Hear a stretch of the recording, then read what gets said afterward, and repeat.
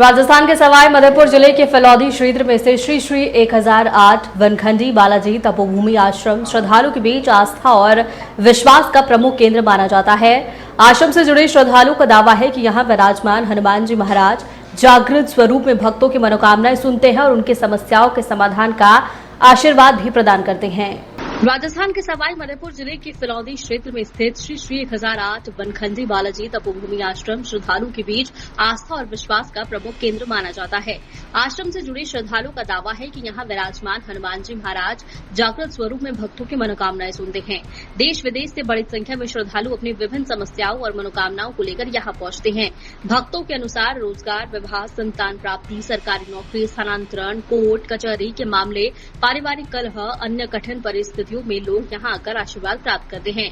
आश्रम में प्रत्येक मंगलवार, शनिवार को, रविवार को गुरुदेव भगवान बाबा साहब का विशेष जन दरबार आयोजित किया जाता है, जिसमें श्रद्धालुओं को धार्मिक परंपराओं के अनुसार मार्गदर्शन और उपाय भी बताए जाते हैं। भक्तों का मानना है कि सच्ची श्रद्धा और विश्वास के साथ आने वाले लोगों को यहाँ आध्यात्मिक शांति और सकारात्मक ऊर्जा की अनुभूति होती है। गुरु जी, आप दरबार लगाते हैं, ये कितने लोग आते हैं और क्या इसका क्या मान्यता है?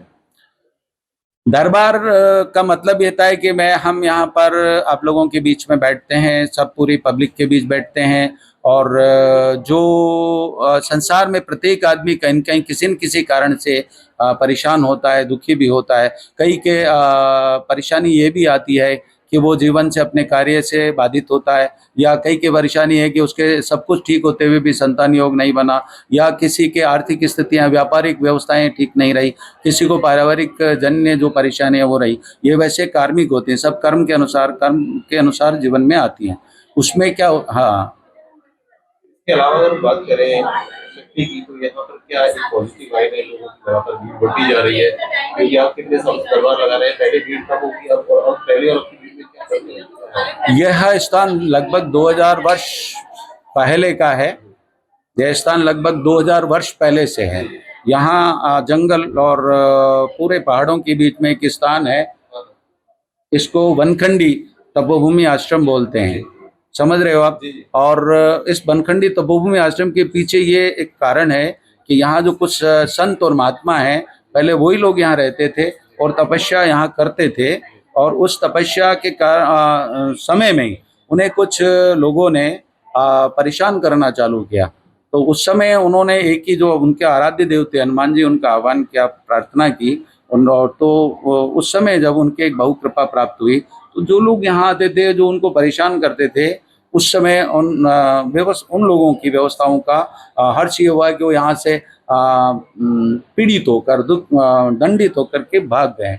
और उसके बाद में जब ये विषय आया तो यहाँ कहा गया कि भाई अब क्या है, यहाँ संकट की व्यवस्थाओं का निवारण कैसे होगा। तो उस समय उन संतों के आह्वान पर उन्हें ऐसा आभास, जैसा कि अभी विषय में हमारी बात हो रही, ऐसा आभास हुआ कि हम क्या करें। तो उन्होंने कहा, प्रभु आप यहाँ विराजो और जन कल्याण का कार्य करो, लोग जो दुखी या परेशान, हमारी तरह जो परेशान हो रहे हैं, उनका संकट दूर करें। तब से स्थान की स्थापना हुई है। मैं 2073 में महाराज श्री के देहांत के बाद यहाँ आया, और उसके बाद 2078 से 86 तक हमने भगवान प्राप्ति करने का प्रयास किया, और उस समय हमारी कुछ साधनाएं जो थी उनको निरंतर हमने किया। उसके बाद में एक आभास होने लगा विषयों पर, या लोगों की जानकारी, या जो लोगों के विषयों पर थोड़ा सा हुआ, तो वैसी प्रकार के आदेश हमारे अंदर से, हम आपसे बात कर रहे हैं, इस तरह से निकलने लगे। तो लोग आने लगे, लोगों के साथ हम वार्ता करने लगे, लोगों की समस्याओं का समाधान होने लगा, तो लोगों की भीड़ बढ़ने लगी, और आज हजारों लोग यहाँ आते रहते हैं और उनके व्यवस्थाएं, उनकी मनोकामनाएं पूर्ण होती रहती हैं। अच्छा, लाखों लोग आपको देख रहे हैं टेलीविजन के माध्यम से, तो आप क्या कुछ सजेस्ट करना चाहेंगे? क्योंकि आजकल जो है बहुत ज्यादा यहाँ पे बाबा अलग अलग तरीके के हुए पैसे ले रहे हैं और अलग अलग चढ़ावा लेते हैं, आपका क्या कहना है? मेरा ऐसा विचार है, पहली बात तो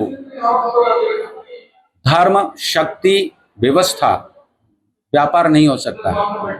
ये व्यापार कभी नहीं हो सकता। अगर हम ऐसा करते हैं तो हमारी शक्ति का, अगर किसी के पास शक्ति है तो उसका दुरुपयोग कर रहे हैं, नंबर 1।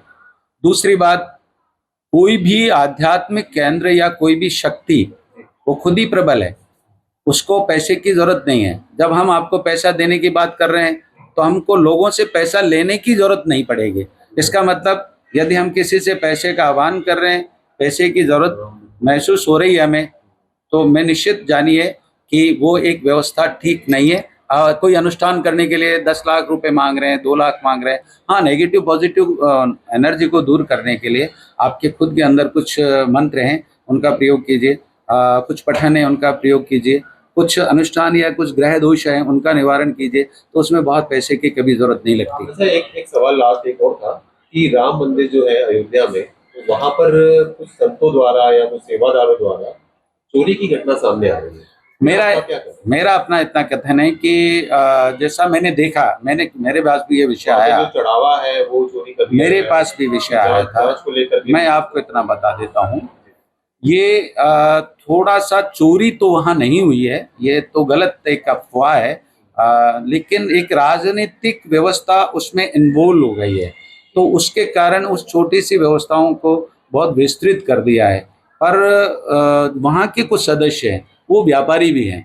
वहाँ के कुछ सदस्य वो व्यापारी भी हैं, तो व्यापारी की व्यवस्था की प्रगति के कारण उन पे इस तरह का आरोप स्वाभाविक लगना तय है, जो उनको लगा दिया गया। लेकिन आंतरिक रूप से कोई विशेष बड़ी चोरी वहाँ पर नहीं हुई है। ठीक है, तो ये बिल्कुल सही है। और अंत में मैं आपको बोल रहा हूँ, आपको साक्षी रहना होगा ये, कि अंत में जब परिणाम आएगा तो चोरी सिद्ध नहीं होगी वहाँ।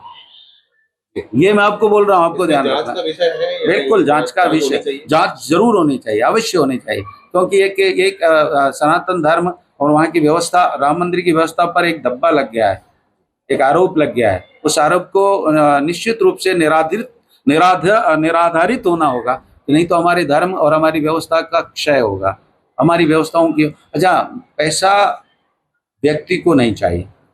जैसे आप लोग यहाँ आए हो, अब आपको यहाँ रुकना है तो आपको एक धर्मशाला की जरूरत पड़ेगी, यहाँ खाना है तो भोजनशाला की जरूरत पड़ेगी, यहाँ पानी है तो पानी की आवश्यकता पड़ेगी, यहाँ पर आपको आना है तो यहाँ आपका प्रबंध ठीक होना चाहिए, उसके लिए पैसे की जरूरत। तो उसका ही तो प्रबंध है, राम मंदिर का मतलब वही प्रबंध है, यहाँ का भी या किसी भी जगह का। लेकिन इसके अलावा व्यक्तिगत व्यवस्था अय्याशी के लिए या व्यापार आधुनिक व्यवस्था के जीने के लिए हम धन का संग्रह कर रहे हैं, ये कोई भी धर्म व्यवस्था के लिए उचित नहीं है। जहाँ तक मेरा अनुमान है कि वो बिल्कुल उचित नहीं है। और मेरे यहाँ कभी किसी को, इस आश्रम पर कभी किसी से 1 रुपया नहीं मांगा जाता।